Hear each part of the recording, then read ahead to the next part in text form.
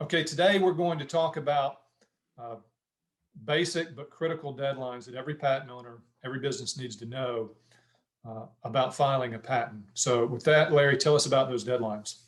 All right, well, there are a few important deadlines to keep in mind. Everybody can probably imagine that if you have a competitor or somebody else sells your product first or talks about your invention before you file a patent or before you invent it, you're kind of out of luck.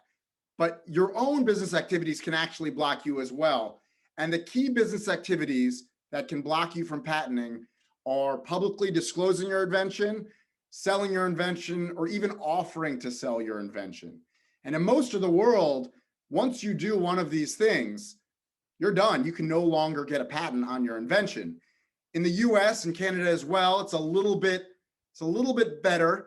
You have a 1-year grace period after publicly disclosing your invention or offering to sell it, but it's still best practice to file some sort of patent application, whether it be a provisional application or a non-provisional patent application, before you do one of those triggering events.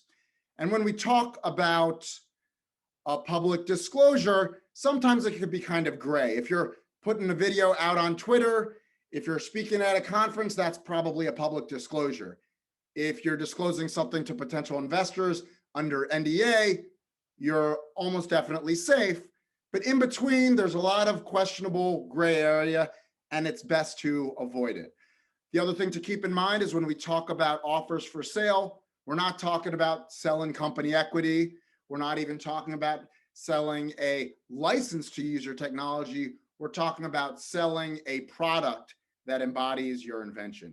So if you're thinking about doing one of these activities, if one of them is on the horizon, it's really important that you start thinking about your patent rights beforehand and take action to protect them. Thanks, Larry. And kind of to sum up what you said, if you disclose this, if you sell this, then you might not be able to patent it. You may lose all your rights in a lot of countries. And then the US has this grace period. And you mentioned the terms provisional and non-provisional.